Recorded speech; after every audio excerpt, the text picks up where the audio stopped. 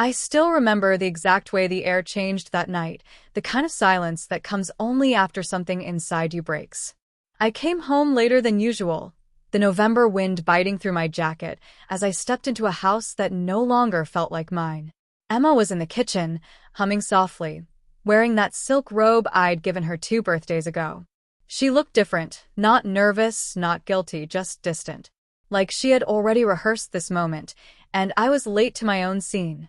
"Hey," I said, hanging my coat. "You're up," she replied, turning toward me with a faint smile that never reached her eyes. "I couldn't sleep," she said, her tone calm but cold enough to make the back of my neck tighten. We'd been married 7 years, long enough for me to recognize when she was hiding something. But lately I'd stopped asking, stopped fighting. We'd become strangers sharing the same roof, passing each other like ghosts. I poured myself a drink, the ice clinking too loud in the quiet. I wanted to say something normal. "How was your day?" But the words felt meaningless now. Then she said it. "We need to talk." Those 4 words. I'd heard them before, always right before the world fell apart. I turned to face her, my glass suddenly heavier in my hand. She took a deep breath and untied her robe. For a second I just froze. She let it fall open, the warm kitchen light glinting off her skin. But what caught my attention wasn't her, it was the shirt she wore beneath it. A man's shirt. Not mine. The initials stitched above the pocket made my stomach twist. I stared, pulse pounding in my ears. "What's this?" I asked, my voice low but steady. She didn't flinch, didn't cover herself. "I didn't mean for you to find out like this." "Find out what?" I asked. "That I'm done pretending," she whispered. "That this," she gestured between us, "isn't working anymore." I swallowed hard, forcing my voice to stay calm. "So, this is how you end it? By wearing another man's shirt in my house?" Her eyes flickered, guilt flashing behind her defiance. "You stopped seeing me a long time ago, Daniel. You come home exhausted. You barely talk. You don't even notice when I change my hair or when I cry in the shower." I let out a dry, bitter laugh. "So that's your excuse? Emotional neglect equals new man." She crossed her arms, the robe still hanging open. "It's not about him. It's about me." That line, I'd heard it before, in movies, in books.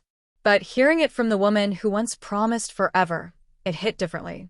I set my glass down and leaned against the counter. "You could have said something before turning our marriage into a performance." "I tried," she whispered. "You just never listened." Maybe she was right. Maybe between paying bills, fixing leaks, and pretending we were fine, I had stopped listening. But betrayal rewrites history. It stains every memory, makes even love feel counterfeit. I looked at her, really looked at her, and for the first time, I didn't feel anger. Just emptiness. Like she'd already taken everything that could hurt me. "Who is he?" I asked quietly. She hesitated. "Does it matter?" "It does if he's been in my home." Her silence said enough. The refrigerator hummed between us, filling the space where love used to live. She tied her robe again, suddenly modest. "I'm sorry, Daniel. I didn't plan this." I nodded slowly. That's the thing about people who destroy you, they never plan it. That night, I didn't sleep. I sat in the dark living room, the house heavy with the scent of betrayal. Every sound was louder. The ticking clock, the heater's hum, the creak of the stairs. When Emma finally went to bed, I replayed everything in my mind. The bookstore in Boston where we met, the way she laughed after spilling coffee on my shoes, the road trips, the whispered promises in the dark. All of it had led to this, a quiet house filled with ghosts. Around 3 a.m., I went upstairs. She was asleep or pretending. Her robe lay over the chair, the shirt beneath it like a confession. I picked it up, stared at it for a long moment, then folded it neatly on her side of the bed. There was nothing left to say. By morning, I'd made my decision. I cooked breakfast like I always did on Sundays, bacon, eggs, toast. She came downstairs in one of my old sweatshirts, eyes puffy, face unreadable. "You made breakfast?" she asked softly. "Yeah," I said, not looking up.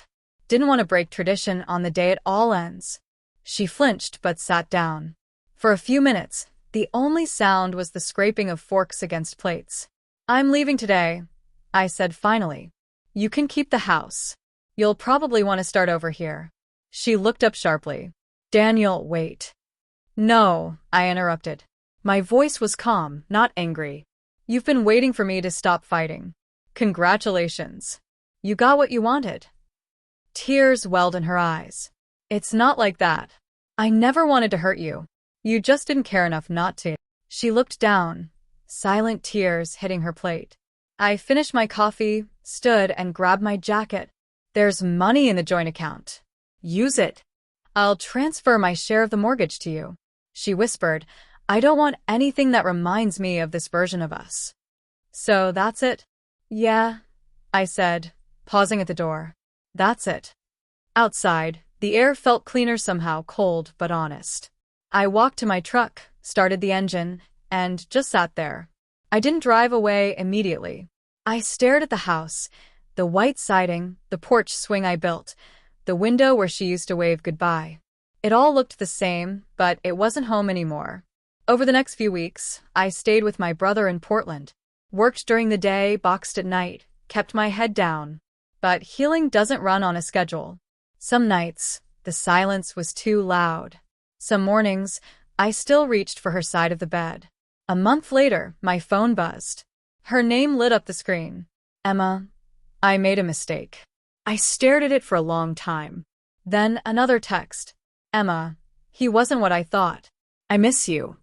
For a moment, my chest tightened, old habits trying to resurface.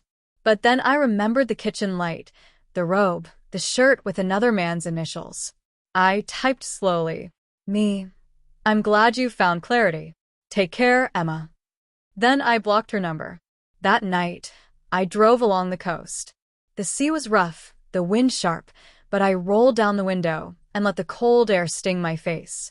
It felt like starting over, not with someone else, but with myself.